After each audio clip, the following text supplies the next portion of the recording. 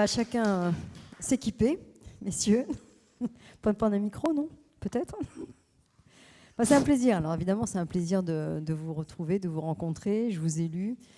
C'est une très belle découverte. Je regrette d'ailleurs, et je le dis, hein, je suis honnête là-dessus, je n'ai pas lu les deux précédents parce que je pense que pour moi, comme l'a dit Pascal, c'est un peu, j'ai un peu les pieds dedans aussi, hein, puisque moi je travaille et je côtoie beaucoup de chefs de régions, de territoires. Donc tout ce que vous racontez et tout ce qu'on va vivre avec vous à travers ces trois livres, cette trilogie, La Méditerranée, les pieds dans l'eau, c'est une manière d'aborder un territoire, une histoire, votre histoire, j'ai envie de dire. C'est truffé d'anecdotes. Et ce qui va m'intéresser, évidemment, c'est de parler de... On va revenir sur ces deux précédents livres également. C'est comment tout ça a commencé. On a eu l'occasion de discuter. Moi, je trouve que c'est une belle rencontre qui n'est pas si vieille que ça. Elle démarre, je crois, au moment du Covid, si je me souviens bien. Vous ne vous connaissez pas, tous les deux. Et puis, entre les deux, il y a effectivement Emmanuel... Vous connaissiez? D'accord, alors ça je ne savais pas. Mais en fait, c'est Emmanuel Collat, qui est donc effectivement votre éditrice, hein, qui vous a vraiment réunis pour ce travail à quatre mains. Donc l'idée, elle démarre avec vous, William, à la base. Je ne sais pas vraiment, parce qu'il s'est passé quelque chose de compliqué. C'est oui. que l'un de mes romans, Emmanuel voulait revoir la traduction un peu. Oui. Parce que je l'avais écrit en espagnol. Parce que tous mes romans sont en espagnol, c'est la langue. J'ai toujours expliqué que, comme les personnages sont la plupart hispanophones, c'est un peu faux de mettre des dialogues en français pour des gens qui parlent une langue qui est plutôt du colloquial. Non? Donc, oui. je suis obligé d'écrire des romans toujours en espagnol. Et comme la traduction, il fallait un peu la revoir, etc. Et l'éditrice, elle est venue chez moi plusieurs fois et retravailler la traduction, en fait, et Pierre qui faisait des vols, qui partait de Roissy, etc., pour ce voyage, souvent était là-bas aussi, à Paris, et à ce moment-là, il s'est mis à faire de la cuisine et des plats un peu de partout. En fait, pendant la traduction, je les voyais, ils étaient en train de traduire et j'étais en train de préparer des plats. Donc, je faisais des currys, je faisais du rougail saucisse parce que Emmanuel, des repas de Tahiti, de mes voyages, de tout ce que j'avais appris en voyage. Et donc, Emmanuel Collas, elle était intéressée par la traduction, mais je crois qu'elle était intéressée aussi par mes plats. Oui, parce qu'au bout d'un moment, moi j'habite dans le 9e, Emmanuel Collas elle habite dans les places de la République. Et au moment donné, je lui dis, Emmanuel, tu es déjà venu ici cette fois, tu veux que je commence à aller chez toi? Il m'a dit, il y a Pierre qui continue à faire le déjeuner. Je lui ai dit, oui, d'habitude, parce que là, il va rester un moment à Paris. Et il m'a dit, non, je continue à revenir ici. Donc, ça a commencé comme ça. Donc, eux, ils ont sympathisé. D'ailleurs, je crois qu'elle aime plus Pierre que moi. Parce qu'il est plus diplomate, évidemment, et moi, pouf, un chat, c'est un chat, comme en espagnol. Donc ça, c'est le côté un peu perturbateur quand on doit envelopper les phrases. Moi, je ne les enveloppe pas tellement parfois, et ça fait que le temps passe. Ça s'est passé en 2018 pour la traduction d'un de mes romans, et en fin de compte, il arrive le Covid, 2020, et Pierre m'a dit, écoute, tu veux rester à Paris, pourquoi tu ne viens pas à Nice? Moi, il m'a dit, je reste à Nice tout le temps. Je dis, écoute, oui, parce qu'il est steward, hein, donc voilà. c'est quand même un rappel, c'est un personnel navigant. Hein. Exactement. Voilà, et donc pendant 4 mois, je n'avais plus de travail, effectivement. Vous n'avez pas du tout le même parcours, quel qu'il soit d'ailleurs. Vous êtes totalement différents. Il n'avait jamais écrit. Et donc, je dis, bon, écoute, ok, je vais à Nice, c'est mieux, etc. Donc finalement, je suis aussi venu à Nice. Je me suis dit, je ne reste pas à Paris, je vais rester à Nice et tout. Donc voilà. Et en fin de compte, au bout d'un certain temps, je me suis mis à faire des plats. Parce qu'on s'ennuyait énormément, je n'avais pas envie de lire. Vous avez fait comme tout le monde, en fait, vous avez cuisiné, quoi. Je n'avais pas envie de lire, je n'avais pas envie non plus d'écrire. Voilà, d'écrire des romans, hein, surtout des romans, voilà, qui étaient tellement lourds, etc. C'était calme pour écrire, non? Oui, non, mais comme on était dans l'ambiance était pesante quand même. C'était très pesant. Je me suis dit, un roman. Déjà, le roman, il est pesant en tant que tel. En général, le mien, enfin pas tous, mais le mien, les miens sont un peu pesants. Alors forcément, je n'avais pas envie d'ajouter. Et je me suis dit, non, c'est pas de question. Et d'un coup, au bout d'un mois de confinement, ensemble, je reçois un appel de Manuel Collas qui me dit, tu es à Nice? Je dis oui. Pierre est là-bas aussi? Oui, Pierre aussi, il est à Nice. Il me dit, écoute, j'ai une idée. Pour le mois de septembre, je n'ai aucune envie de publier mes romans qui parlent des ablations, de la polygamie, du destin des migrants. Il m'a dit, on a déjà assez avec le Covid pour ajouter en plus de la terreur ou des sujets ténébreux à la Covid. Eh bien, j'ai pensé un truc, parce que Pierre est tellement bon en cuisine, vous savez tellement voyager vous deux, que Pierre il voyage tout le temps, que toi aussi, que vous avez plein d'anecdotes chaque fois que vous faites des voyages, etc. Pourquoi vous ne faites pas comme Jules Verne, un tour du monde, mais on va l'axer sur la gastronomie et la cuisine. Et à chaque fois, les histoires, ça va être des nouvelles avec une intrigue, mais on va retomber toujours à la fin sur un plat, sur une recette, etc. Donc ça mijote. Ah oui, je lui dis, Hein, ça j'adore. Ça commence à... Voilà, exactement. C'est ça, on est déjà dans l'esprit, là. Et alors, voilà, exactement, je lui dis, bon, d'accord, moi, pour moi, c'est un plaisir, et d'autant plus que je fais beaucoup de voyages, et ça n'apparaît nulle part. Ça apparaît dans mes articles journalistiques, mais bon, c'est un peu éphémère, en quelque sorte. Et Pierre, il a dit, lui encore moi, il a dit, moi, je sors de questions, je ne vais pas me mettre écrit, parce qu'après, je parlais avec lui. Il m'a dit, non, moi, sors de questions, je ne suis pas écrivain, c'est difficile et tout. Je lui ai dit, écoute, tu fais comme moi, tu vas voir. Au début, je vais t'aider, on va faire ensemble. Il y a des histoires que toi, tu vas les raconter, il y a des histoires que moi, je vais les raconter à la première personne. Et quand on a fait un voyage ensemble, on va faire nous. Donc, ça va être à deux. Et à ce moment-là, bon, il s'est laissé un peu convaincre. Parce que je vais vous dire une chose. J'écris beaucoup de trucs, enfin j'écris de la poésie, de l'essai, du récit, du roman. Je crois que sauf le théâtre, j'ai tout fait. La nouvelle, c'est le plus difficile de tous. Oui, mais il m'en parlait, c'est vous qui lui avez appris à travailler justement la nouvelle. Oui, mais moi je suis assez effronté. Parce que pourquoi lui, il n'est pas effronté? Non, c'est pas ça, c'est que je viens d'une culture où la nouvelle, qu'on l'appelle cuento en espagnol, c'est une institution. On a Borges, on a Cortázar, on a García Márquez, on a les grands conteurs nouvellistes en espagnol, en français. Et donc, me lancer là, pour la nouvelle, il faut quand même un peu de courage, sachant en plus que les Français ne sont pas très enclins à la nouvelle. C'est un genre un peu méprisé en France. C'est dommage parce que... Et alors qu'en Angleterre, non. Aux États-Unis, les non short plus. Stories. Pardon? Les short stories. Oui, non, mais c'est le short story, mais moi je trouve ça intéressant. Après Maupassant et tout ça, la nouvelle est tombée un peu dans l'oubli. Et il y en a quelques-uns des auteurs de nouvelles, mais les Français sont très accro du roman, en fait, non, je crois. Et donc, je lui dis, bon, okay, on relève le défi, on commence. Pourtant, ça pourrait, avec les trois, on pourrait presque imaginer une forme de série. Hein. Oui. Bon, maintenant, il y a un quatrième qui arrive. Quatrième en préparation. Je crois qu'il ne fallait pas en parler. Oui, mais c'est dingue. On ne dirait pas le contenu, ni rien du tout, mais il y a un quatrième qui je vais va vous cuisiner, moi, je crois, à la fin.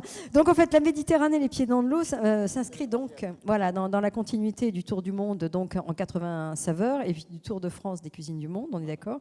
Donc, toujours aux éditions, on est bien Emmanuel Colas. C'est un quatre mains, c'est une coécriture des ouvrages mêlant, qui mêle, moi, je trouve, le voyage, la gastronomie, la culture. On est d'accord là-dessus? Oui. Une trilogie, un guide culturel. Moi, je trouvais un guide. Moi, personnellement, quand je l'ai lu, j'ai retrouvé. Je me suis dit, c'est dommage, c'est une base. C'est une base qui va évidemment nous emmener, mais on comprend peut-être mieux l'histoire aussi des produits, parce que tout ça a du sens. Forcément, on est d'accord. Donc, un guide culturel et culinaire, gastronomique, et une belle rencontre donc avec cette éditrice. L'ambiance du livre, pour moi, je la trouve ensoleillée. Est-ce que vous êtes d'accord avec ça? Oui, je pense. Non, oui, surtout. Et généreuse. Oui. Voilà, je trouve qu'il y a une grande curiosité pour ces cultures locales, leurs traditions, les goûts et les odeurs. Et moi, ce qui m'intéresse aussi aujourd'hui, c'est de voir comment vous avez démarré ce travail à quatre mains, cette coécriture. Ça ne doit pas être facile, il a fallu du temps pour commencer à travailler sur le premier ouvrage. Pour moi, il m'a fallu plus de temps parce que je n'étais pas habitué. Et c'est vrai qu'une nouvelle, il fallait donc en 4 ou 5 pages, il fallait avoir un déroulement, une intrigue, des personnages, une fin originale ou surprenante. Il fallait quelque chose pour attirer le lecteur, en fait. Oui, il ne faut pas que ça soit un récit, parce que si c'est un récit, c'est autre chose. La nouvelle, c'est qu'on attend une fin un peu inattendue, ou on attend une fin. Comment ils vont s'en sortir vous en sortez de toute façon. Oui, évidemment, et même si on ne s'en sortait pas, on ne le raconterait pas, parce que sinon, on ne serait pas là. Mais oui. Non, parce que histoire, anecdote, héritage de la part des deux, finalement. Hein. Oui. C'est ça qui est intéressant, parce que vous avez un héritage sur le plan familial, parce qu'on est d'accord, hein, Pierre, vous êtes issu d'une famille donc, italienne, oui, de grand-mère. Absolument. On peut dire les noms de ces établissements connus. Oui, en fait, ma grand-mère avait le club de la voile. Oui, elle avait le club de la voile à Villefranche, c'était au-dessus de la capitainerie. Et sa sœur avait la Mère Germaine, qui existe toujours, qui a été revendue, bien sûr. Mais c'était 2 restaurants prestigieux à Villefranche-sur-Mer. Et en fait, de tout petit, j'ai toujours baigné dans la cuisine. Je les voyais cuisiner. Mais comme je vous disais, ce sont des maîtresses femmes, donc je n'avais pas trop le droit de toucher. Mais je me suis aperçu plus tard... minot, quand même, non ? Pardon ? Le minot, quand même, il n'avait pas le droit de goûter. Eh ben, c'était assez dur, en fait. Hein. Mais après, je me suis aperçu en étant adulte que j'avais intégré ça, en fait. Aussi, ma mère était une bonne cuisinière. Il y a vraiment... toujours une histoire de femme, hein, finalement. Oui, exactement. Et en fait, j'ai voulu, dans le premier ouvrage, Le Tour du monde en 80 saveurs, aussi bien William que moi, nous avons voulu rendre hommage à nos grands-mères, parce que finalement, c'est d'elles que nous avons appris, nous avons eu cet héritage gastronomique. Ouais. Et moi, je viens d'un pays où on est excédé par la cuisine, pour une raison très simple, c'est un pays communiste, dont la cuisine, elle a été complètement anéantie par le communisme, par les années de pénurie, et il y avait même un carnet de rationnement, que les Français n'ont jamais connu ça, seulement pendant la guerre, très peu de temps, mais nous, ça dure depuis 65 ans. 65 ans, avec un carnet de rationnement, il faut le faire. Donc, mon enfance était marquée, pas tellement par la pénurie, parce qu'on arrivait à se débrouiller d'une façon ou d'une autre, mais par le fait qu'il manquait toujours quelque chose. On ne pouvait jamais faire un plat complet parce qu'il y avait toujours un truc qu'il n'y en avait pas. Si on avait l'œuf, on n'avait pas le sucre. Si on avait le sucre, on n'avait pas le lait. Si on avait le lait, il manquait le lait condensé sucré. Si on avait le lait condensé sucré, il manquait l'autre, celle qui évaporait, etc., etc. On avait toujours... Donc, tous les plats étaient bancals. Et ma mère disait que c'est dommage que tu n'as jamais connu le capitalisme parce que ça, c'est un plat approximatif de ce que je mangeais quand j'étais petite ou quand j'étais jeune. Donc, c'était des plats bancals à Cuba tout le temps. Donc, dans un pays où la cuisine est devenue obsession, c'est pour ça que les Cubains, quand ils sortent de Cuba, la première chose qu'ils font, c'est grossir. Vous allez à Miami, il y a 3 millions d'obèses. Et ils sont tous cubains. Donc, vous voyez un gros qui passe par la rue, alors que c'est un peuple très joli, très bien mélangé, très sensuel, etc. Quand ils sont à Cuba, par la force du destin, ils sont gracieux à Cuba parce qu'il y a le manque. C'est l'un des avantages du communisme. Pour une fois, ça sert à quelque chose. Ça sert à que les gens ne soient pas gros. Et ils arrivent à Miami et ils s'explosent. Parce que là, ils vont manger pour la première fois des choses qu'à Cuba sont disparues depuis 1959. La pomme, les abricots, la pêche, ce sont des noms, je le raconte dans mon roman, ce sont des noms de science-fiction. Alors qu'à La Havane, il y avait tout. C'était le carrefour des Amériques. C'était l'endroit où tout le monde allait, où il fallait se montrer, etc. Et puis, avec l'arrivée de Fidel Castro et le communisme, tout ça, ça a disparu définitivement. Et donc, la cuisine, pour moi, ça a quand même une valeur presque identitaire parce que c'est récupérer une mémoire perdue. À Miami, j'ai redécouvert la gastronomie cubaine parce qu'à Cuba, il n'y a pas grand-chose à manger. Mais c'est toujours pareil, les flux migratoires, les Cubains qui sont partis, qui se sont exilés, ont emporté avec eux leurs recettes. Et en fait, à Miami, on mange très très bien la nourriture cubaine que j'ai découverte parce qu'à La Havane, il n'y a pas grand-chose à manger. Alors à Miami, c'est le cas contraire, c'est excessif. Oui. Si les sandwichs cubains, il n'est pas gros, hein. Si dans les sandwichs cubains, à Cuba, à l'époque, on mettait 5 tranches de jambon, à Miami, ça met 15. Hein, parce qu'évidemment, là, il y en a de trop. Donc là, c'est le contraire, on passe dans l'excès, et c'est l'excès, on met plus de choses. D'ailleurs, je m'en souviens qu'il y avait une superbe recette à Cuba que j'aimais beaucoup, c'était le riz impérial. C'est un riz qui se fait par des couches de choses, par superposition de choses. Il est très bon, le riz impérial. D'ailleurs, impérial, ça veut tout dire déjà. À Miami, il est plus impérial, il est plus qu'impérial, royal, sultanat, et tous les états monarchiques du monde, parce que les 15 couches sont devenues 35. Et je lui dis à ma mère, j'aime plus maintenant le riz impérial comme ils le font ici. Il y a tellement de choses qu'on n'arrive plus à saisir quoi que ce soit. Il m'a dit, bon, parce qu'on est à Miami quand même. Eh oui. Alors vous nous faites voyager évidemment hein, le long de toutes ces côtes méditerranéennes, de la Grèce à la Toscane, de Monaco à Alger, des Pouilles à la Corse, du Carthage à Alexandrie. Comment vous choisissez vos destinations ? Comment ça se passe là en fait ? En fait, on s'est lancé un défi, on a voulu commencer par Saint-Tropez parce que comme on le raconte dans le livre, Saint-Tropez, ça a une image showbiz, bling bling. Mais on s'est dit certainement qu'à Saint-Tropez, il y a des gens qui ont un certain savoir-faire, un patrimoine. Et donc, on est parti de là. Parce qu'en fait, on part toujours du sud. Dans les autres livres, on est parti de Nice. Mais bon, là, on est parti du sud de la France, du département du Var. Ouais. Et on a fait un tour de la Méditerranée comme ça. Et le défi, on a terminé par Monaco. Pareil, on a voulu oui, et puis vous nous racontez toute l'histoire de ces enseignes comme Sénéquier.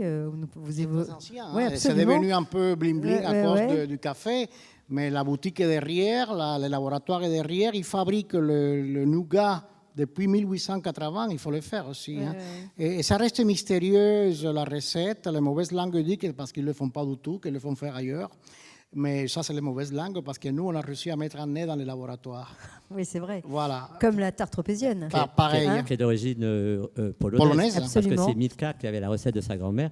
Et Brigitte Bardot s'en a entiché dans les années 50. Et la tarte tropézienne est devenue à la mode. Parce que finalement, si on regarde bien, ce n'est pas un dessert du Sud avec cette crème épaisse au milieu. Ça ne correspond pas au goût du Sud de la France. Une crème qui est assez unique, en fait. Hein. Oui, exactement. Oui. Donc, en fait, l'idée, c'est de partir justement de ces produits et de commencer toute l'histoire. Donc, il y a cette histoire-là, puis il y a votre histoire personnelle qui va évidemment se rajouter, je pense notamment à l'Espagne avec vous, William. Oui, en Espagne, c'était une quête de mes ancêtres que je l'avais faite. On va à la recherche d'eux. Pour l'un de mes romans. On est allé, je suis allé dans une région d'Espagne où proviennent mes ancêtres de côté paternel. Ça s'appelle Castillon. Personne ne connaît ça parce qu'en fait, c'est une zone qui se trouve entre Valencia et Barcelone, au sud de Tarragona et au nord de Valence. Et en fait, personne ne va là. Et c'est là où il faut aller, en fait, parce que c'est là où il n'y a pas les touristes. C'est là où ça reste authentique. C'est là où les plages sont plus jolies en plus. Elles sont tellement chaudes que je pensais que j'étais aux Caraïbes. Je me suis dit, à mon avis, ils sont en train de la chauffer quelque part. Je cherchais la thermonucléaire. C'est comme une fois, je me suis baigné à Rimini. Elle était tellement chaude, je me suis dit, je ne peux pas rester là-dedans. C'était vraiment une soupe, mais pire qu'aux Caraïbes. Je me suis dit, elle est où la thermonucléaire de Venise pour que nous chauffe l'eau comme ça? C'est pas possible. Bon, en fait, à Castillon, c'est pareil. C'est très joli. Et mes ancêtres, ils venaient de l'arrière-pays. Dans des vallées perdues, à des rivières et cascades. C'est quelque chose de très étonnant. Et donc, voilà, j'ai profité de ces passages dans mes recherches personnelles pour ne pas mettre Barcelone, pour ne pas mettre Valence. Oui, vous allez un petit peu plus loin, comme si, quelque part, vous aviez une mission, finalement, un peu à porter. Oui. En quelque sorte, oui, on essaie de recoller tous les morceaux qui sont un peu dispersés de nos histoires personnelles et des histoires des pays, avec les flux migratoires, etc. Là par exemple, c'est curieux, les chaussons, la façon dont on prépare en espagnol las empanadas, que ça existe dans tous les pays hispaniques, et que c'est un peu comme c'est un peu l'origine de la coca, la frita des pieds noirs. Que c'est du patrimoine pied noir hein, du nord de l'Afrique. Et quand on cherche les origines de tout ça, ça vient des Juifs qui ont été expulsés d'Espagne. Et ils sont partis dans le nord de l'Afrique, les Juifs séfarades.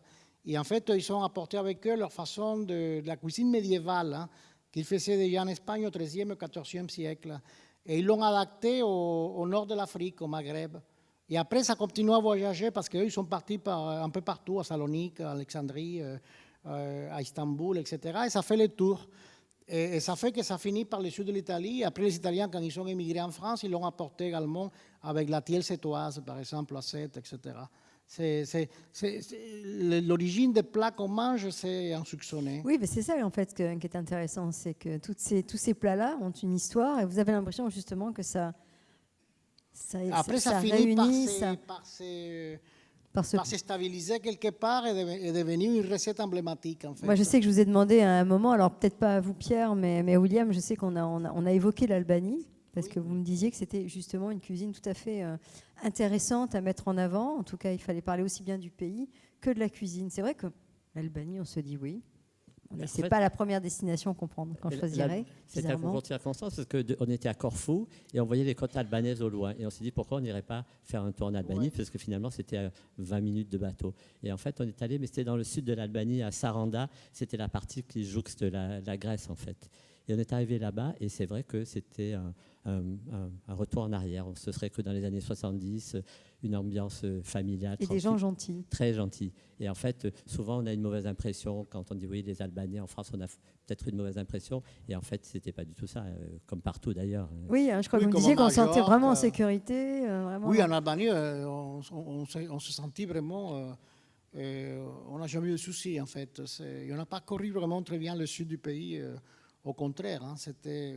Et puis, on se demandait parfois, des prix dérisoires, c'était 50 centimes un café, et en plus, ils nous offraient une petite bouteille d'eau minérale. Oui, je me disais comment ils peuvent gagner de l'argent. Ils vous font le café, qui est pas cher déjà, et après, ils vous offrent la bouteille d'eau fermée. Oui.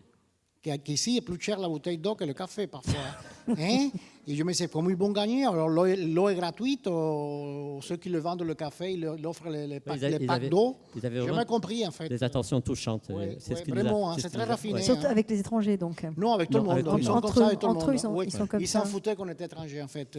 C'est curieux, mais ce n'était pas parce qu'on était étrangers qu'on était bien reçus. Ils sont comme ça. Pierre, quel est peut-être le pays qui vous a le plus séduit, tant dans son histoire peut-être que dans ses produits? Dans la Méditerranée, non? Dans la Méditerranée. J'ai eu un coup de cœur pour Alger parce que, comme je raconte dans le livre, c'est vrai que c'est difficile pour aller à Alger. Je l'ai surnommé l'inaccessible trottoir d'en face parce que je me suis rendu compte que la promenade des Anglais avait des numéros impairs, la corniche d'Alger avait des numéros pairs et la mer, c'était la rue.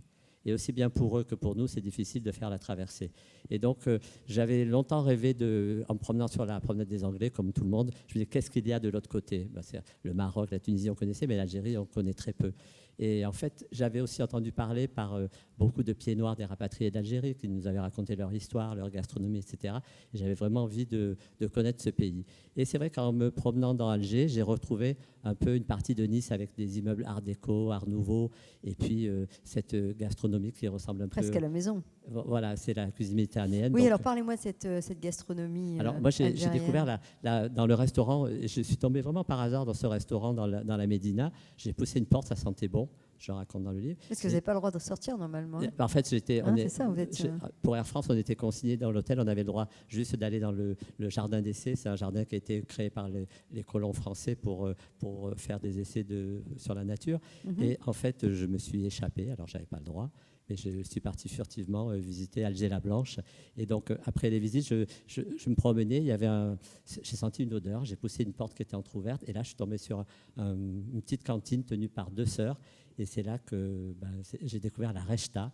La rechta, c'est un peu l'équivalent du couscous, mais c'est fait avec des petites pâtes. Et elles font bouillir des légumes. Et puis ça sent bon, c'est parfumé. Il y a du cumin, il y a plein d'épices. Et j'ai passé un merveilleux moment. Ça s'est terminé... par un thé à la menthe avec les fameux diriettes, les petits biscuits d'Alger qu'on fait.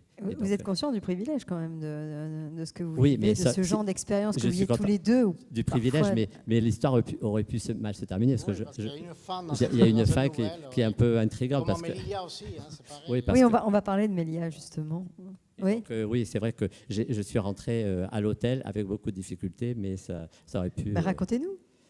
Oui, je vais pas raconter la fin de la nouvelle, mais si, en fait, il y avait des manifestations et donc le quartier était bloqué et la police avait tout bouclé. Et comme j'avais un passeport sans visa, puisque j'étais personnel Air France, si je me faisais arrêter, j'étais conduit directement à la police. Et là, dans ces pays-là, comme à Cuba, quand on a des mêlées avec la police, ça peut prendre, sachant que j'avais un vol le lendemain, je ne pouvais pas me permettre... Oui, il fallait surtout être très prudent. Hein.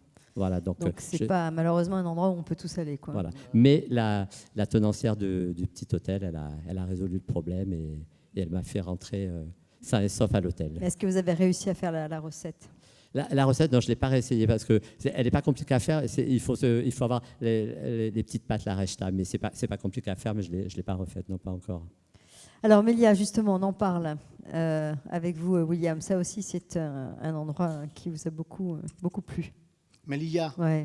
Oui, en fait, de toute ma vie, j'avais entendu parler de Melilla, Ceuta. Ce sont des enclaves espagnoles au Maroc, en fait. L'Espagne a gardé 7 territoires qui sont au Maroc et qui sont espagnols depuis 1498. Et donc, j'avais entendu parler toujours de Melilla parce que c'était l'endroit où on déportait au moment des guerres d'indépendance des pays d'Amérique latine, et de Cuba particulièrement, les déportés, on les envoyait là-bas, dans les prisons de Ceuta et de Melilla. Les déportés, c'était les conspirateurs, ceux qui voulaient l'indépendance de Madrid, de l'île par rapport à la métropole. Donc, tout le monde a eu un ancêtre qui est passé par Melilla ou par Ceuta. Mais en dehors de ça, pour moi, Melilla, c'était une place militaire. Ce n'était pas un endroit où on allait en vacances. Et un jour, on était chez des amis à Madrid, où ils faisaient une fête un peu très particulière parce qu'il y avait toute la noblesse espagnole, même la fille du roi, enfin tous ces gens-là, et l'infante, enfin des trucs, c'est vraiment, ça fait médiéval. L'infante Hélène, par rapport à la France, ça fait vraiment d'une autre époque en fait. Et bien, ces gens-là étaient là, et d'un coup, quelqu'un me présente un personnage assez particulier, la duchesse de Medina Sidonia. C'est la duchesse rouge? Non, c'est la mère, c'est la duchesse rouge. Ah oui, c'est la mère. C'est oui. la fille. Elle était déjà morte, la mère. Et en fait, oui, j'avais toujours entendu parler de la mère, parce que la mère, elle était communiste, elle était lesbienne, elle était la femme la plus titrée d'Europe après la duchesse d'Albe, c'est-à-dire qu'elle en a 52 titres, et plus que la reine d'Espagne d'ailleurs. Et elle a plusieurs palais et plusieurs châteaux. Et elle a quelque chose, c'est ça qui m'intéressait le plus, les archives privées les plus importantes d'Europe. 6 millions de parchemins de l'époque médiévale dans son château de Sanlúcar de Barrameda, dans le sud de l'Espagne, Andalousie, pas loin de Huelva, pas loin de Cadiz. Donc, on me la présente, je me mets à parler avec cette duchesse de Medina Sidonia, qui est là, des noms de famille à rallonge jusqu'au coin de la rue. Et en fait, on parle comme ça, et Pierre était là aussi, on se met à parler, etc. Et elle dit, est-ce que vous connaissez Melilla? Oui, des noms comme ça. Ah, mais c'est très intéressant, Melilla. Elle commence à nous parler de Melilla et elle dit, ma famille, depuis 1498, elle a l'honneur de protéger militairement Melilla. Chose qui n'existe plus maintenant, c'est l'État espagnol qui protège ça. Et donc, elle nous parle de Melilla, il me dit, et par là, les armoiries de ma famille sont partout, même sur les trappes, les bouches d'égout. Ouais. Évidemment, parce que les blasons de Melilla en tant que ville, et ville autonome, et les blasons de la famille Medina Sidonia, parce qu'eux, c'était ceux qui protégeaient. Et tout ça, ça nous a monté un peu à la tête, tout ça, et on a dit, tiens, on va aller à Melilla. Oui, comme quoi c'est en fait dans les rencontres que finalement ça va générer. Alors, on a décidé d'aller à Melilla, on est parti depuis Madrid en avion, on n'a pas voulu aller en bateau parce que c'est 8 heures de bateau pour une distance minime. Alors on s'est dit, on va en avion, c'est bon, c'est pas possible. Puis avec un steward. Et voilà, et puis exactement, c'est pour ça aussi. Donc on est parti avec Iberia et on arrive à Melilla et elle nous avait dit, ben, écoutez, allez voir les commandants de la place forte, parce que le commandant de la place forte, c'est un ami à elle. Évidemment, tous les commandants de la place forte, ce sont des gens qu'elle reçoit elle-même parce qu'elle a les titres honorifiques de la famille protectrice de l'enclave. Donc on arrive là à Melilla, la première chose qu'on voit, c'est qu'il y a une énorme grille de plusieurs mètres, double grille, qui protège Melilla du Maroc. Pourquoi? Parce que c'est la fameuse grille par laquelle les migrants ils essayent de sauter à chaque fois. Certains se font tuer, d'autres se font blesser. C'est vraiment un truc affreux. Et c'est énorme de voir ça, c'est double tranchée parce que la grille, elle a une première et après une deuxième quelques mètres plus loin, mais on la voit parfaitement depuis l'avion parce que le territoire, il n'est pas si grand que ça. Ça fait 12 km de long sur 4 de large. Ah ouais, donc on voit toute la grille, elle est énorme. Tout, et donc c'est une histoire pathétique, cette histoire de gens qui essayent de sauter la grille. Et de ces faits, à chaque fois qu'il y a des conflits et des problèmes migratoires, on ferme la frontière. C'est la seule frontière qui reste ouverte entre Nador, qui est la ville marocaine du Rift, la plus proche, et Melilla, la ville espagnole. Donc, nous, on arrive à Melilla, on voit tout ça, et on avait la recommandation d'aller voir les commandants militaires espagnols. Et moi, je lui dis à Pierre, moi, ça ne m'intéresse pas d'aller voir le commandant. Et Pierre dit, moi, encore moins. Donc, on n'ira pas, et on n'a pas envie non plus qu'il nous fasse d'abord le tour de la caserne, ou des casernes, et encore moins le tour du musée. On n'avait pas envie de ça, on est allé pour autre chose. Donc, je dis, nous, les commandants, c'est comme si rien. Si un jour on rencontre à nouveau la Medina Sidonia, on dira qu'on n'a pas eu le temps, qu'on était malade, peu importe quoi, on prétexte pour ne pas avoir vu le fameux commandant. Bon. on se met à découvrir Melilla. Et qu'est-ce qu'on découvre? Que c'est la 12e ville en Méditerranée où il y a le plus d'art nouveau et art déco après Barcelone. Ah oui. Impressionnant. Pour quelle raison? Parce qu'un élève de Gaudí, l'auteur de la Sagrada Familia, etc., de Barcelone, était de Melilla, et quand il a fini de travailler avec Gaudí, il est rentré chez lui, et il a explosé entre 1920 et 1940, il a construit plus de 150 bâtiments et bâtiments publics aussi, des immeubles de rapport et aussi publics en art nouveau et art déco. De telle façon que la synagogue, elle est art nouveau, la mosquée, elle est art nouveau, et l'église militaire chrétienne est art nouveau. Tout est art nouveau. Et donc là, vous tombez de haut, là. Donc d'un coup, je lui dis à Pierre, attends, il faut qu'on s'achète un livre, un guide, parce que je ne vais pas rater ça, je veux un guide, quelque chose qui me dit pâté maison, pas pâté maison, tout ce qu'il faut voir et l'histoire de chaque bâtiment, d'autant plus que c'est une ville que moi, j'ai toujours voulu voir parce que je suis très copain, maintenant il est très âgé, de Fernando Arrabal, le grand dramaturge et écrivain espagnol qui habite à Paris depuis la guerre civile espagnole, il est plus français maintenant qu'espagnol, mais il est de Melilla. Et donc, on a eu du mal à trouver les livres. Les seuls guides de Melilla qui parlaient du patrimoine, on l'a trouvé dans une librairie par hasard parce que ce n'est pas touristique, les gens ne vont pas là-bas. Mais vous parlez espagnol ou non? Oui, je parle pas. Ah d'accord, ok, parce que du coup, j'imagine que là, il n'y avait pas de français. Et en fait, ce qui nous a étonné de Melilla par rapport à la cuisine, par rapport aux gens, c'est le mélange des trois cultures, arabes, juives et chrétiennes. Et en fait, c'est vraiment... ce qui nous a surpris, c'est que d'ailleurs... Donc là, ça cohabite. Exactement, ça cohabite. C'est ça qui est intéressant. Ce qui nous a surpris, c'est que les grands-mères, les vieilles personnes arabes parlaient en arabe et leurs petits-enfants leur répondaient en espagnol. C'était très, très curieux. Ah oui, c'est très curieux. Et puis le soir, donc il y avait des tapas comme en Espagne, et le soir, tous les bars sortent comme un petit barbecue. Ils font comme au Maroc. Ils font les pinchos, ce sont des petites brochettes. Ça devait être, et c'était excellent. Ça devait être un sacré voyage quand même. L'avantage, c'est que, comme dit William, il n'y a pas de tourisme. Donc on avait logé dans un parador qui était sur une colline en hauteur de la ville. Là, on avait la vue sur tout le riff marocain et sur toute la baie de Melilla. Alors William, il râlait un peu parce qu'il fallait monter la côte le soir. Oui, c'était vraiment... il n'y avait pas les côtes. Mais on se baignait dans des plages qui étaient interdites, enfin interdites entre guillemets. Il y avait un panneau qui disait, au-delà de ces panneaux-là, vous allez à vos risques et périls.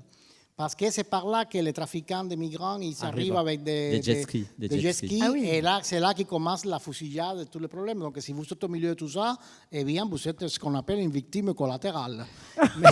mais nous, on n'avait pas peur. Hein. Si on est victime collatérale, tant pis, on verra bien après. Voilà. Et donc, dans la suite de l'histoire, évidemment, notre intérêt, on a voulu aller faire un tour à Nador. Et puis là, c'est là qu'on a eu des soucis. Et c'est là qu'on a eu des soucis, parce qu'en fait, on est parti à Nador, la ville marocaine la plus proche. Et il y a un seul passage frontalier qui est ouvert depuis longtemps. Avant, il y en avait 4, mais ils sont fermés systématiquement parce que d'un côté et de l'autre, ils se taquinent un peu. Hein. Ah oui. Et oui, les Marocains, ils le font exprès. Le Maroc voudrait récupérer les territoires. Voilà, donc finalement, ils se taquinent, ils font la vie impossible aux gens de là-bas. Alors qu'avant, ça vivait du marché entre les deux pays, quoi. Et je crois qu'ils ne laissent même plus passer ni bouteilles d'eau, ni yaourt. Oui, ils sont terribles. Les yaourts, ils les enlèvent, c'est une horreur. Donc, mais nous, on est aventuriers par nature et en plus, il nous fallait des histoires pour la nouvelle. Donc, parce qu'on était déjà en train d'écrire la Méditerranée, pour l'instant, tout était très beau, mais on n'avait jamais eu quelque chose de croustillant pour une nouvelle. Je dis, Pierre, on va finir sans avoir, on va être obligé d'inventer un truc. Parce que pour l'instant, tout est tellement harmonieux, les juifs, les musulmans et les chrétiens, pour la première fois de sa vie, s'entendent. Qu'est-ce qu'on va raconter? Même pas ça. On n'a même pas de problème religieux ici. Bon, on part à Nador. Malheur, c'est le jour où il y a eu les premiers grands débordements depuis je ne sais pas combien de gens qui ont essayé de sauter la grille. De telle façon qu'ils ont bloqué la frontière, qu'ils ont tout fermé. Il n'y avait pas moyen de retourner à Melilla. On avait tout à l'hôtel et on avait l'avion le lendemain. C'est les anecdotes que vous allez retrouver dans le livre. Donc, je dis à Pierre, là, on est cuit. Parce que quand il ferme la frontière, il la ferme pour un bon moment. C'est-à-dire qu'il va falloir aller à Nador pour prendre un avion pour Rabat, pour prendre un avion pour Madrid, pour retourner à Melilla et récupérer nos affaires en avion pour repartir à Madrid. Tout ça pour ne pas pouvoir passer une frontière qui est à 20 mètres de l'endroit où on était. Et donc, la carte du commandant. C'est lui qu'on ne voulait pas rencontrer, c'est lui qui nous gavait, c'est lui qu'on détestait, c'est lui qu'on méprisait. Voilà. Je dis, Pierre, le commandant de la duchesse Medina Sidonia, c'est le seul qui a l'autorité de nous tirer de cette affaire. Et moralité, ça a marché. Et pire, il savait tout de nous, il savait qu'on était là, il attendait notre coup de fil. C'est sympa finalement. Et il nous les a fait savoir. En bon militaire, au moment donné, on a accepté de faire. Et en plus, il était très généreux parce qu'il nous a offert les gâteaux typiques de Melilla qui s'appellent cortadillo. Que moi, alors, un mot sur le gâteau, oui. Ça s'est fait avec quelque chose qui s'appelle cabello de ángel en espagnol, cheveux d'ange. C'est une espèce de. C'est quelque chose. Ça s'est fait avec un fruit très bon. Et moi, j'adore ça, mais moi, je suis hispanique. Pierre, un peu moins. C'est un peu trop sucré pour moi. Ça fait trop sucré pour lui et ça fait un peu trop génoise. Ouais. Alors que moi, j'adore tout ce qui est génoise. Et parce que c'est dans la culture hispanique. Hein, c'est celle de la tarte d'anniversaire. C'est comme le roumain, etc. Non. Donc, finalement, et lui, il était tellement classe qu'il nous a offert ça, mais enveloppé, très joli, dans une boîte, les meilleurs. Et pour la duchesse aussi, il fallait qu'on ramène une boîte pareille. Et il nous a fait savoir qu'il savait qu'on allait s'échapper de Melilla sans l'appeler. Mais très discrètement. Moi, en espagnol, évidemment, qui est très subtil, j'ai compris. Pierre, il n'a pas pigé à ce moment-là. Je lui ai par la suite, je lui ai dit, Pierre, est-ce qu'il nous a dit, si tu n'as pas compris, c'est qu'il savait qu'on était là, il savait qu'on les boudait. Et que finalement, c'est le concours de circonstances que... Mais il n'est pas rancunieux parce que, voilà, il nous a sauvés, il nous a invités. On a quand même visité un musée. Ah oui, il a fallu faire le musée, on ne voyait pas la fin. Entre les canyons, les trucs de l'époque des croisés, des Espagnols, quand ils étaient des conquistadors, avec les fusils et tout ça... Tout cette armoirie dont les noms, je les oublie tout parce que je ne suis pas Pérez Reverte qui est spécialiste de tout ce qui est militaire, il adore tout ça. Eh bien, je n'en pouvais plus, on était fatigués. Et il y avait des salles et des salles, parce que c'est des châteaux. Figurez-vous, Melilla, c'est 4 forteresses, une à l'intérieur de l'autre, tellement c'est une place forte. Et tout ça, c'est médiéval. Ça doit être incroyable. C'est incroyable. C'est 4 forteresses, c'est-à-dire qu'il y a 4 enceintes de la vieille ville. C'est impressionnant. En fait. Moi, vous me donnez envie d'y aller, en tout cas. Ah oui, il faut y aller. Et d'ailleurs, il vivait, à une époque, il vivait dans les grottes et il faisait, depuis les ouvertures, depuis les falaises, il faisait, pour être ravitaillé... Les signes de la croix avec des lumières. Avec des lumières. Pour que les bateaux chrétiens s'arrêtent, ils le ravitaillent par des cordes. Moi, je veux bien le numéro du commandant aussi. Hein. Je veux bien le numéro du commandant. Pour être tranquille. Oui, c'est pas mal, oui. C'est un bon plan. Ce qui est intéressant, évidemment, dans votre guide, j'ai envie de dire, dans cette Méditerranée, les pieds dans l'eau, c'est les recettes. C'est important de rappeler quand même qu'à chaque fin de nouvelle, on a une recette. Donc ça, c'était une décision à 2. On est d'accord avec Emmanuel, j'imagine. C'était Emmanuel qui voulait qu'on mette une recette. Je pense que c'est une bonne idée. Oui. Alors, je ne dis pas qu'elles sont toutes faciles à faire. Parce que moi, je les ai regardées, mais il y en a certaines qui sont super sympas parce que ça nous permet de voyager aussi avec vous à travers des repas qu'on peut faire à la maison, parce qu'il y a des plats qui sont assez familiaux finalement. Oui, par exemple, en Albanie, le ravani, c'est un gâteau qui est très facile à faire. Oui. Absolument. Ouais. Quels sont les souvenirs, je dirais, gustatifs, ce qui vous a le plus marqué finalement, je dirais surtout dans le dernier livre? Moi, c'est vrai que la Grèce, outre ce livre, mais les autres livres, c'est vrai que la Grèce, il y a quand même il y a une gastronomie, quelle que soit l'île, quelle que soit la ville, il y a toujours une spécialité. Ils utilisent des épices, ils utilisent, là j'étais à Tinos récemment, ils utilisent des capres dans la cuisine. Ils sont riches, hein. Oui, et en fait, on s'aperçoit que d'une île à l'autre, qui sont vraiment très proches, la cuisine est variée. Ils utilisent beaucoup d'épices, d'herbes, de produits locaux, et vraiment, je trouve que la gastronomie grecque, on a souvent une mauvaise image, on pense à la moussaka qui est un peu grasse, mais il faut passer une bonne moussaka, c'est bon aussi.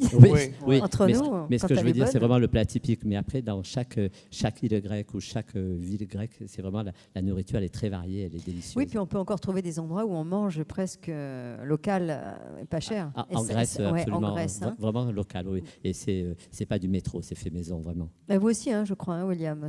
Oui, moi, la Grèce, oui, évidemment. En plus, il y a tout le poids de l'histoire de la Grèce, non, qui est quand même un carrefour de la civilisation occidentale important.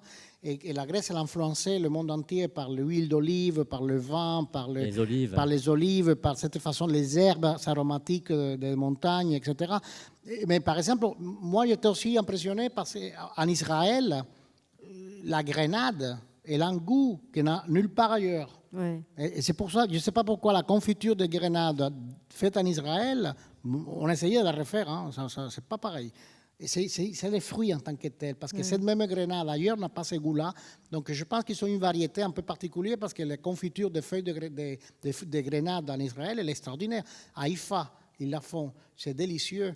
Et ainsi de suite, il y a toujours des choses dans chaque endroit qu'on a visité que les cochons rôtis en Croatie, là du côté de l'Istrie, parce qu'ils le font à la broche, hein, ça tourne toute la journée, et il est délicieux, c'est comme celui de mon pays, c'est goûteux. de mon enfance, c'est le cochon créole là, élevé dans la campagne, pas artificiellement. Quoi. On a découvert également les lasagnes corses, quand on nous a, on nous a proposé des lasagnes, on s'est dit, bon, on n'est pas venu en Corse pour manger des lasagnes.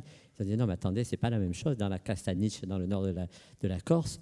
Et en fait, c'est présenté dans 2 marmites. Une marmite avec les plaques la pâte qui baigne dans un jus. Et la deuxième marmite avec 7 types de viande, dont du gibier.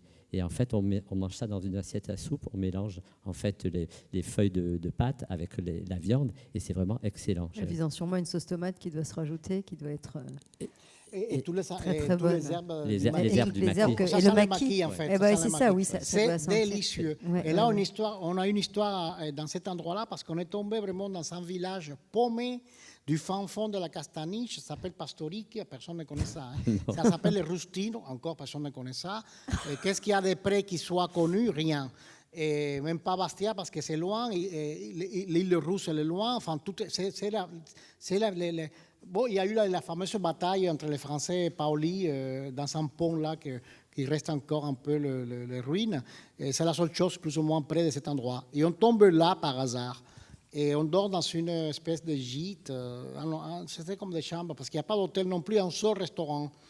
Et moi, je voulais à tout prix aller voir une église qui s'appelle la chapelle de Santo Thomas, de Santo Tomasigno en Corse, où il y a les fresques de l'enfer, les plus anciennes et les plus belles de la Corse. Elles sont impressionnantes, oui. Elles sont impressionnantes d'ailleurs. Mais comme toute cette chapelle perdue au fond, il faut appeler la mairie pour que quelqu'un qui a la clé vienne. Enfin, mais je dis, je veux la voir. Donc j'appelle, on appelle, évidemment, on tombe sur la personne qui nous dit, telle personne, il s'appelle Toussaint. Je ne savais pas que Toussaint, c'est un prénom français.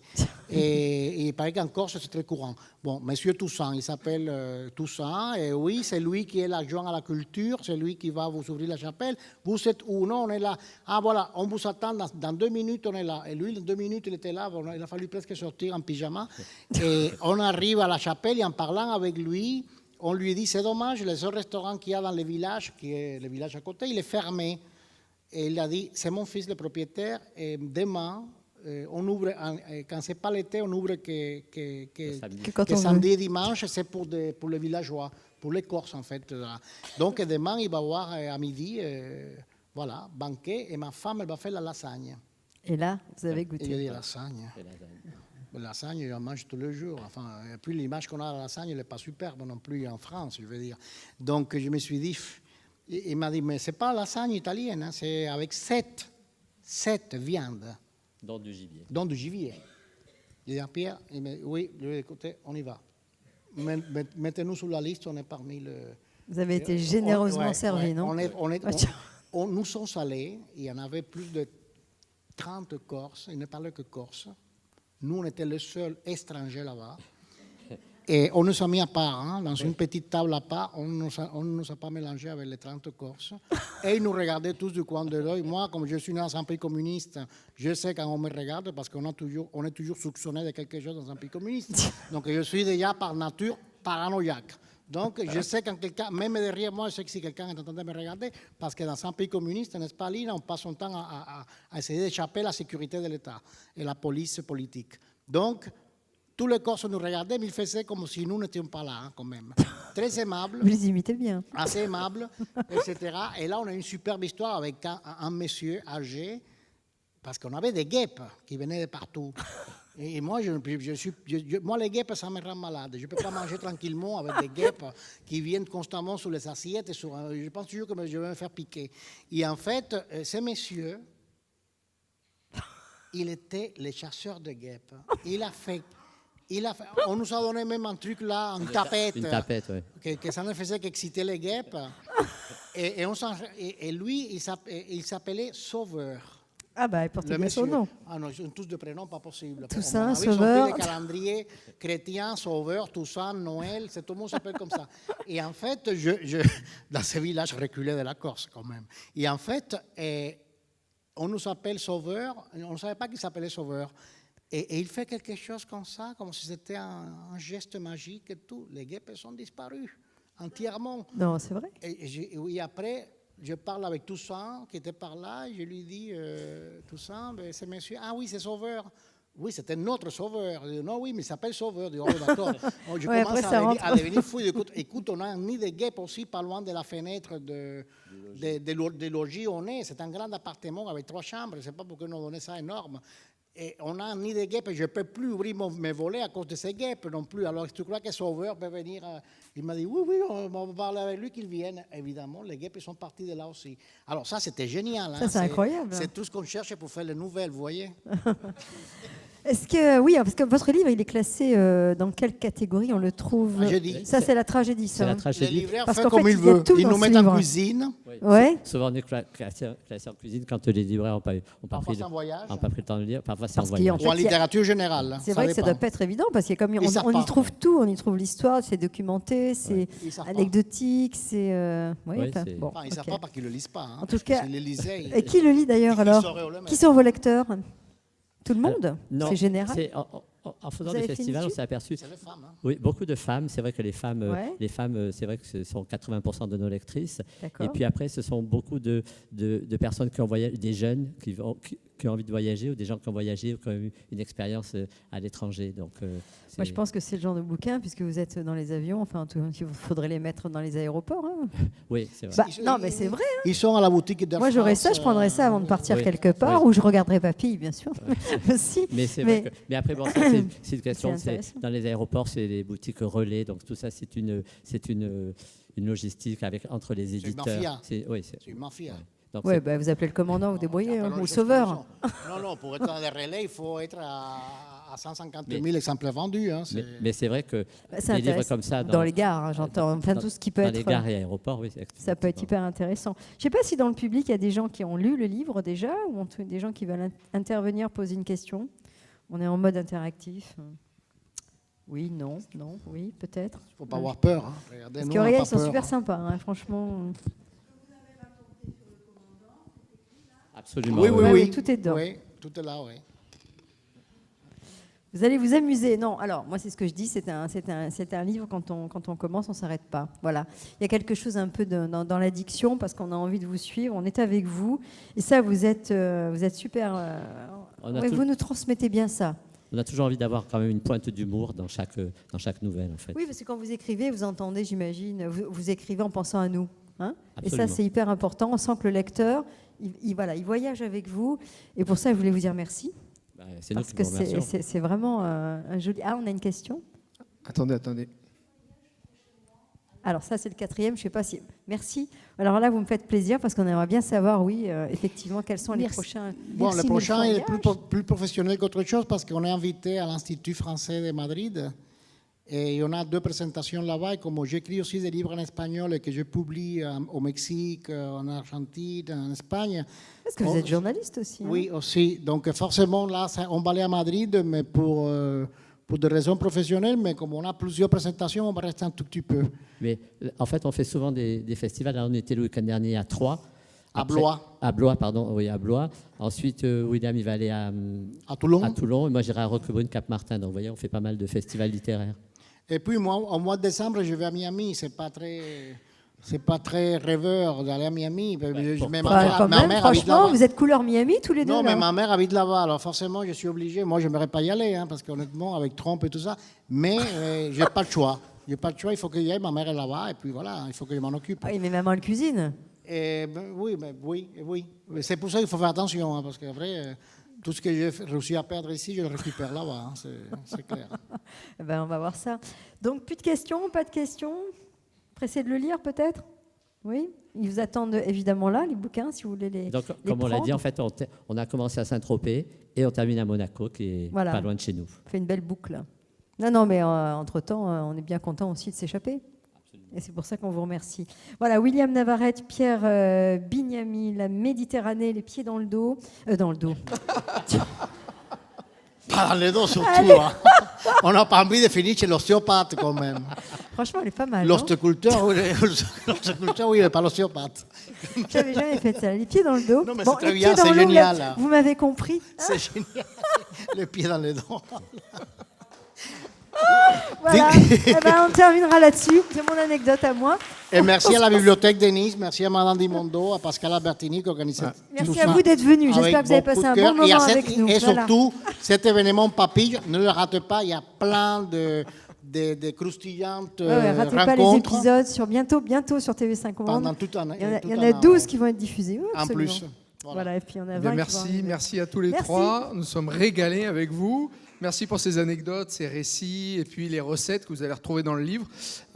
Si vous voulez échanger un petit peu avec nos auteurs, ils seront à disposition dans un instant à l'extérieur de la salle avec la librairie de la Procure pour la séance de dédicace.